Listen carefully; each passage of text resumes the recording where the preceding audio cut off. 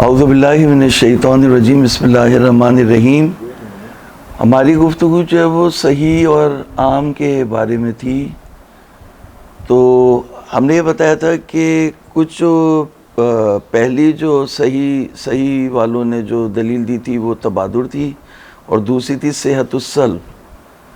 تو صحت السلب اور تیسری جو تھی وہ روایات تھی۔ تو اب روایات کے اوپر بات ہو رہی ہے۔ تو روایات دو طرح کی تھی، ایک روایات جو مثبتہ ہیں اور ایک روایات نافیہ ہیں۔ یعنی جو مثبتہ روایات ہیں وہ یہ کہتی ہیں کہ جیسے ثابت کر رہی ہوتی ہے کچھ چیزوں کو، الصلاۃ معراج الدین، الصلاۃ قربان کل تقی، الصلاۃ عمود الدین۔ تو یہ جو اس طرح کی روایات ہیں یہ مثبتہ ہیں، اور جو روایات نافیہ ہیں جیسے لا صلاۃ الا بطہور، لا صلاۃ لجار المسجد الا فی المسجد، لا صلاۃ الا بفاتحۃ الکتاب، تو کچھ وہ نفی طبیعت، نفی ماہیت کر رہی ہوتی ہیں نماز سے۔ اب یہاں پر جو وہ یعنی انہوں نے اس طرح کی روایات سے استدلال کیا ہے کہ جب مثال کے طور پر یہ روایت کہہ رہی ہے لا صلاۃ الا بطہور، تو صلاۃ میں یہ نہیں کہا کہ لا صلاۃ صحیحۃ، نفی صحت نہیں کی بلکہ نفی طبیعت کی ہے، نفی ماہیت کی ہے۔ لا صلاۃ یعنی صلاۃ کی ماہیت ہی نہیں ہے الا بطہور، مگر طہارت کے ساتھ۔ تو جہاں نفی طبیعت کر دی جائے، نفی ماہیت کر دی جائے، تو اس کا مطلب یہ ہے کہ اگر طہارت نہیں ہے یعنی شرط نہیں ہے، شرط صحت صلاۃ نہیں ہے، تو اس کا مطلب ہے نماز نہیں ہے۔ تو یہ خود سب سے بڑی دلیل ہے کہ اس کی صحیح کی کہ لفظ صلاۃ وضع کیا گیا ہے صلاۃ ما طہور کے لیے، اس لیے کہ جو طہور کے بغیر والی صلاۃ ہو اسے صلاۃ کی نفی ماہیت کر دی۔ تو یہاں پہ ایک بیان انہوں نے یعنی بڑا زبردست بیان ہے۔ ایک بیان تو یہ کہ ان الصلاۃ وغیرہ من اسامی العبادات ان کان موضوعۃ للجامع بین الصحیح والفاسدہ، تو یہاں پہ یہ آئے گا کہ جو آثار اس کے اوپر وضع کیے گئے یہ مثبتہ کے لیے، کہ جیسے کہا الصلاۃ قربان کل تقی، الصلاۃ معراج المومن، تو اگر فاسد نمازیں بھی مومن کی معراج بن رہی ہوتی تو یعنی یہ خلاف ضرورت ہے۔ ضرورت بداہتاً ہمیں یہ بات پتہ ہے کہ جو صحیح نماز ہے وہ قربانی کل تقی ہے، وہ معراج مومن ہے، وہ عمود الدین ہے۔ تو اس کا مطلب یہ ہے کہ جو عام من الصحیح والفاسد ہے اس کے لیے لفظ اگر وضع کیا گیا ہوتا تو فاسد نمازیں بھی یہی اثر پیدا کر رہی ہوتی، فاسد نمازیں یہ اثر پیدا نہیں کر رہی۔ بس اس کا مطلب یہ ہے کہ یہ لفظ، یہ عناوین، یہ لفظ جن عناوین کے لیے، جن مفاہیم کے لیے وضع کیے گئے ہیں وہ صحیح ہے۔ تو یہ تو مثبتہ کی نسبت سے انہوں نے بات کہی تھی۔ اور اس کی دلیل کیا ہے؟ اس کی دلیل یہ ہے کہ اگر لفظ وضع کیا گیا ہوتا عام کے لیے، یعنی صلاۃ سے مراد نماز فاسدہ اور صحیحہ دونوں ہوتی، تو پھر ہمیں اضمار کرنا پڑتا، اضمار صحیح کرنا پڑتا۔ تو انہوں نے اس کے کہا ہے کہ وَإِلَّا لَزِمَ التَّصَرُّفُ فِي هَذِهِ الْأَلْفَاظِ بِإِضْمَارِ الصَّحِيحِ وَإِرَادَةِ الْخَاصِّ مِنْ لَفْظِ الْعَامِ، یعنی ہم لفظ عام سے جو ہے وہ خاص کا ارادہ کرتے اور کیا کہتے کہ یقال الصلاۃ الصحیحۃ معراج المومن، لکھے اس کو عبارت لکھے الصلاۃ معراج المومن، ٹھیک ہے۔ دوسری عبارت آپ لکھے الصلاۃ الصحیحۃ معراج المومن۔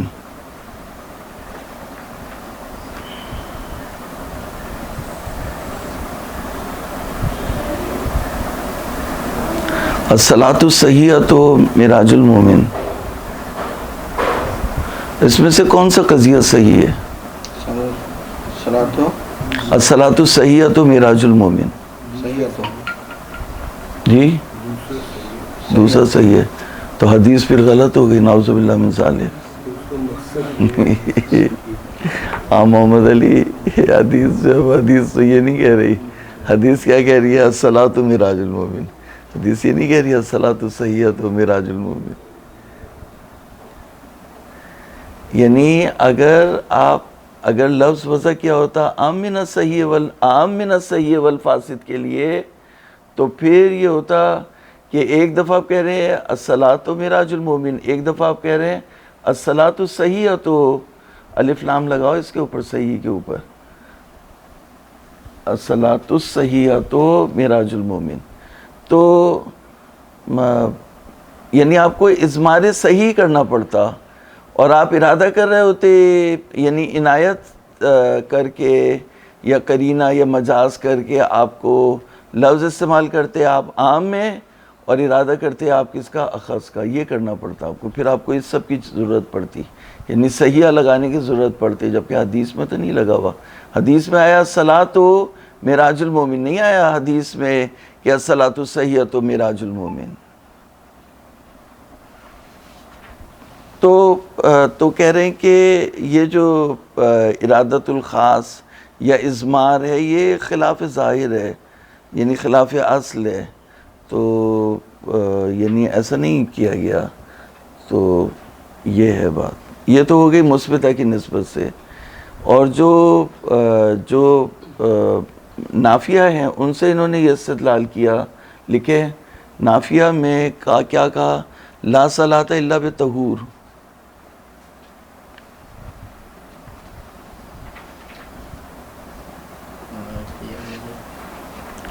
لا صلاۃ الا بطہور، پہلے ہی لکھے لا صلاۃ الا بطہور.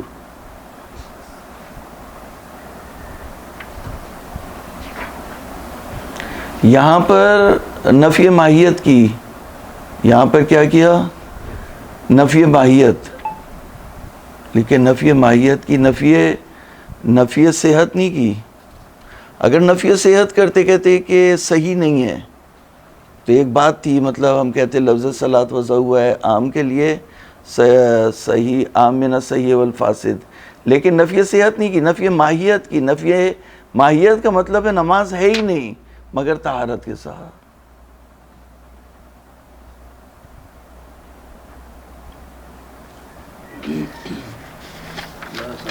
جو انسان جو ہے وہ احتلام ہو جاتا ہے اور آخری وقت میں وہ نماز قضا ہونے والی ہوتی ہے تو اسی میں نماز پڑھ سکتا ہے وہ؟ نہیں، وہ تو شریعت اگر اسے اجازت دے گی تو شریعت یعنی طہارت اسے کہہ رہی ہے تیمم کر لو تم، تو تیمم بھی طہارت ہے نا، طہور ہے. کپڑے نہیں بدل سکتا وہ، کپڑے نہیں بدل سکتا تو شریعت اجازت دے رہی ہے نا، جتنی طہارت شریعت کو چاہیے. تو باطل ہو گئی نا؟ نہیں، باطل نہیں ہوئی. مطلب مقیدات ہیں اس کے، جو وہ اس حالت میں ایسے اتنی طہارت چاہیے، مثال کے طور پر یا طہارت ترابیہ چاہیے. نہیں، سب سے پہلے تو اس کی جسمی طہارت اور روحی طہارت ہوگی، تو یعنی جو وضو یا تیمم وہ ہے، پھر اس کے کپڑوں کی طہارت ہے. اب جیسے بھول گیا تو کپڑوں کی طہارت جو وہ شرط نہیں ہے، مثال کے طور پر. نہیں، باطل نہیں ہے. اچھا، بات کریں گے اس کے بارے میں، ٹھیک ہے.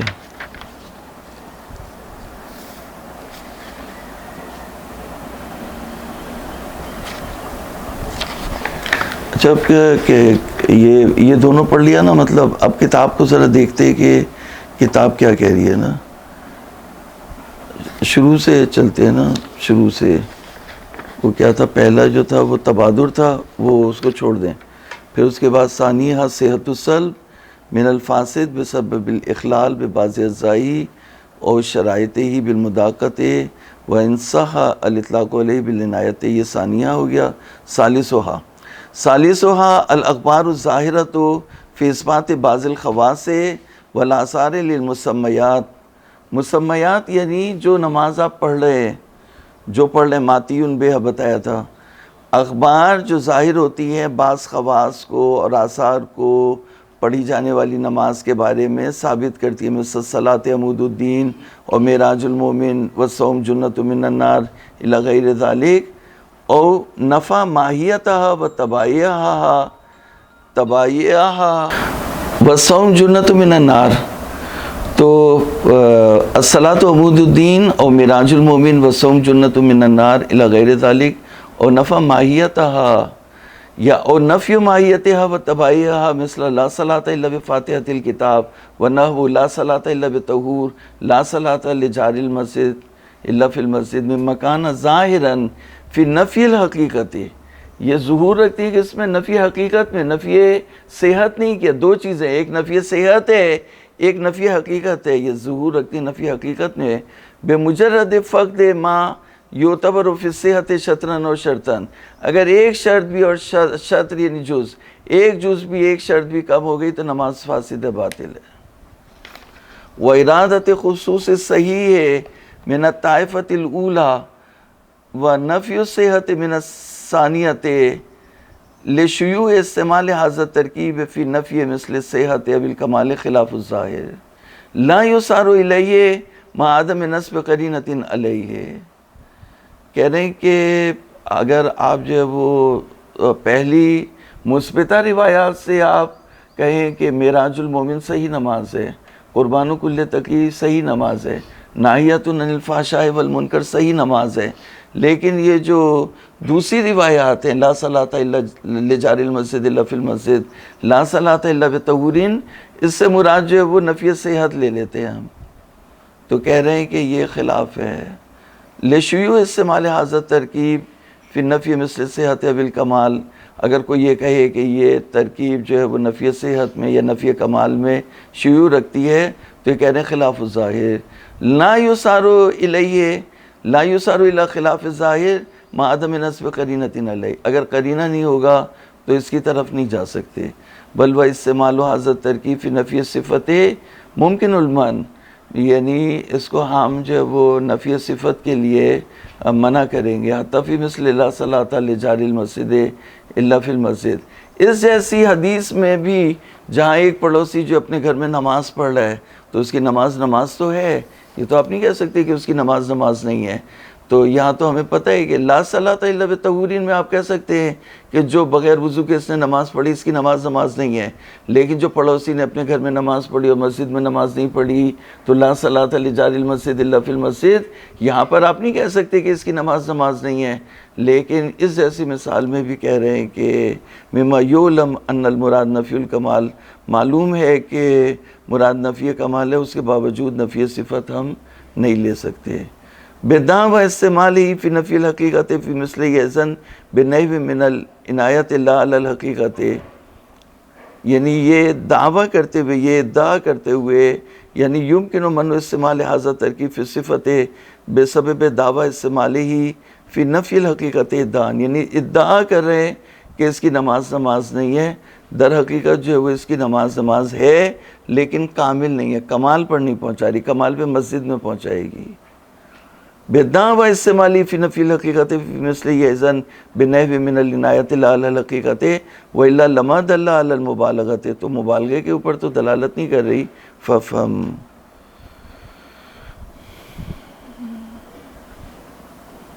ہاں، کسی کی دلیل کی کوئی ایک بھی مثال اگر مل جاتی ہے تو وہ دلیل باطل ہو جاتی ہے نا. نہیں ایک منٹ ٹھہرے.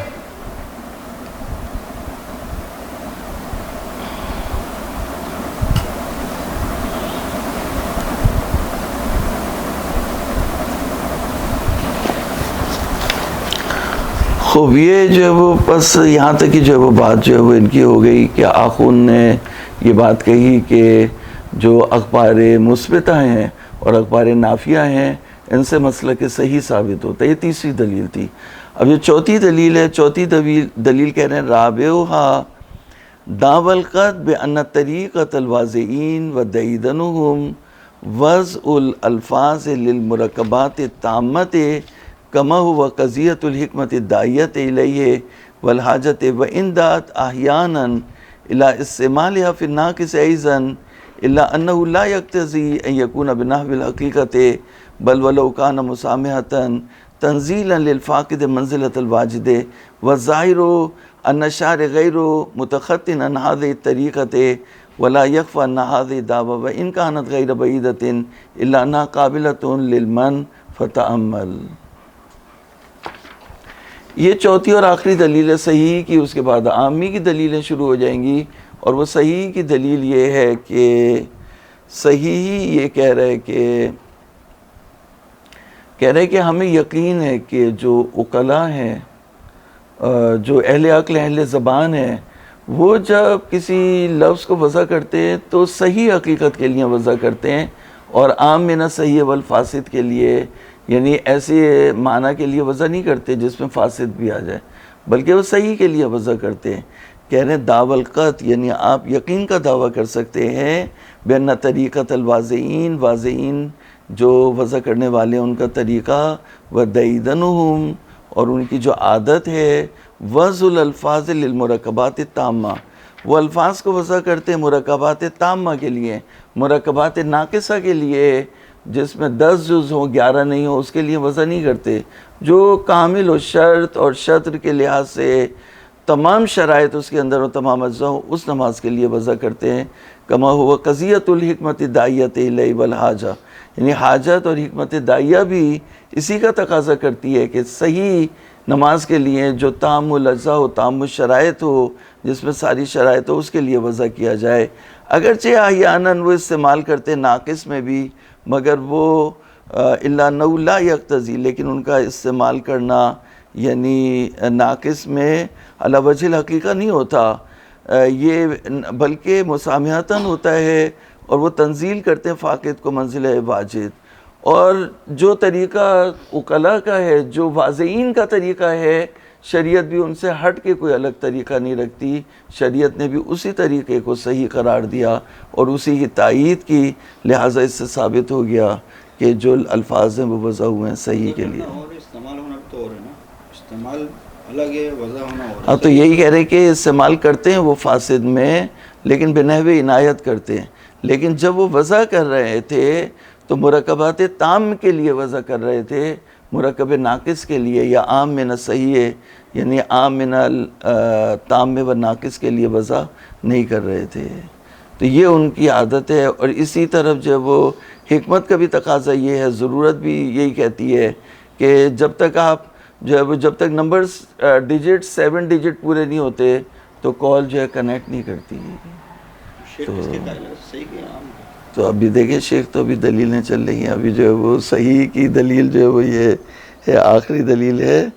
تو یہ انہوں نے کہا وَلَا يَخْفَى، البتہ شیخ نے جو ہے وہ اس کو دعویٰ کو جو ہے وہ نہیں مانا، وَلَا يَخْفَى أَنَّ هَذِهِ دَعْوَى إِنْ كَانَتْ غَيْرَ بَعِيدَةٍ إِلَّا أَنَّهَا قَابِلَةٌ لِلْمَنْعِ۔